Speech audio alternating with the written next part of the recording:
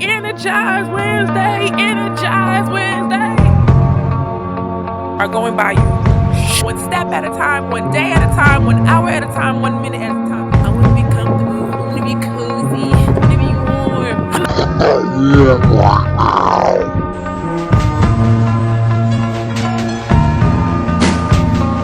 This is Ruth M. Haynes.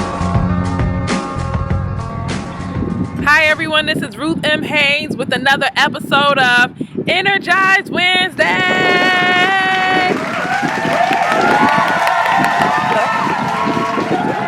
Pick it up, Becca. Pick it up. Today we're going to talk about slow motion.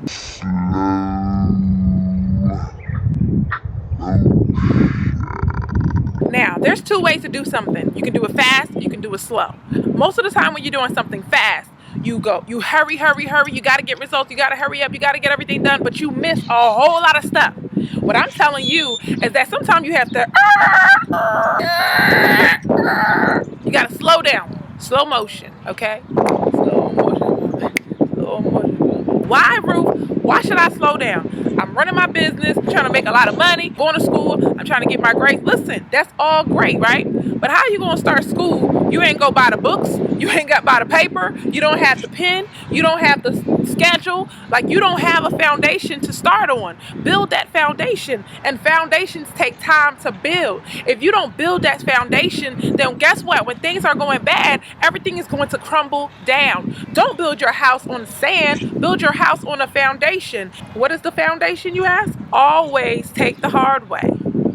Always take the hard way. Seem like you get there faster, taking the easy way, taking the shortcuts, doing this quickly, doing that. You go one step forward, right? And you skip some steps, right? But then you always fall backwards like 3 steps. And if you don't want to fall back 3 steps any longer, if you want to keep moving forward and you don't want to quit, you don't want to have to start over and over and over again, and you wonder why you're turning your wheels, it's because you're missing the foundation. I told you guys earlier, you have to read and get the knowledge that you need. You don't have the skills because you don't have the knowledge to do the skill correctly. First you do the skill, then you do the practical thing. You can get that knowledge and move it forward. You learn it and then you do it. When I was in cosmetology school, listen, Ruth had like 35 jobs, so I've been in every school, right?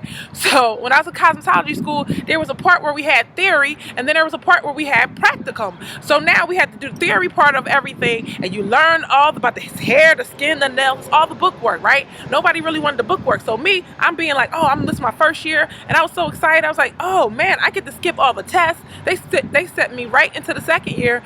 I got to do the practical stuff. It was a back class. We didn't have to do nothing, just throw the roll sets up in that thing and I'm good to go. However, all these other girls were learning the theory, all the other girls were taking tests, all these other girls was learning kind of disease states and all these kind of alopecia and all those different terms. And then when it came to taking the test, guess what? Ruth had to study all by herself. Ruth had to go ahead and figure all of this stuff out by herself. I went and I got that workbook and I went and filled in every single blank in the whole book. Then I went and studied it because it would have been easier for the teacher to teach me. But the funny thing was, I was the one that wanted the theory. I was the one looking at them girls like, every day y'all come and do y'all makeup and y'all playing games. Some of y'all quit and some of y'all don't come. Why don't they put me in your spot? I wanted their spot, but I didn't have their spot. But you know what? I got this. I still was able to find the theory for myself. So I just need you to, number 1, get the knowledge base that you need to move forward. That's why you slow down, to get the knowledge base. You slow down to find out what the experts are doing. You slow down to find out the people that have already been successful with what they're doing. And once you do that, you'll put yourself in a different league. Most people just want to go and run and do, and it's so important to do the practical part. It's so important to work on the skills. It's so important to be disciplined. It's so important to do everything that you need to do. However, if you don't know exactly what to do and the right way to do it, my teachers used to be frustrated with me because I'm like, well, let me see you do it first, right? Because I want to see exactly what's the method. How do you position your hands? How do you do this? How do you do that? Do you pour all the way up here or do you pour it down here? Like every little detail, I was watching every detail. And when you find someone that's more successful than you in this area, I don't care if they're just a smidget more, they know a smidget more, you learn from them, you grasp from them. And even if they're not where you want to be, they at the next step that you want to be, then you sit and you learn from them. And then you start to put the things into practice. So number 2, 2, put it in practice. You got to slow down. You got to build that thing, right? You got to start putting things in practice. You got to learn, okay, this part, I got this part from that person. I got that part from that person. I got this part from that person. Now, come on, let me cook in my pot. Let me put this together and put that together and put that together. And then when people see massive success, they're like, wow, okay, how did you sit there and do that? You explain what you have been doing, but there's nothing to do if you don't know what to do. So once you find out what to do, you got to put a system together and make sure you get certain things done every single day. If it's 2 people that you're going to commit to calling every day, then commit to calling 2 people every day. You can't just call 50 people one day and then say, you know what, I'm going to take 6 months off. It doesn't work like that. It's something called momentum. You need to do it consistently. You have to keep moving forward and plugging away. You got to keep doing them and doing them and doing them. That's the boring part to some people. They're like, oh my gosh, I just want all these followers. I don't get it. I would love all those followers. However, they don't want to put those videos in. They don't want to do the work that it needs to do. My gosh, how did you do it? I did the boring things. They see somebody and they say, oh my gosh, how did you lose the weight? I worked out and I ate less.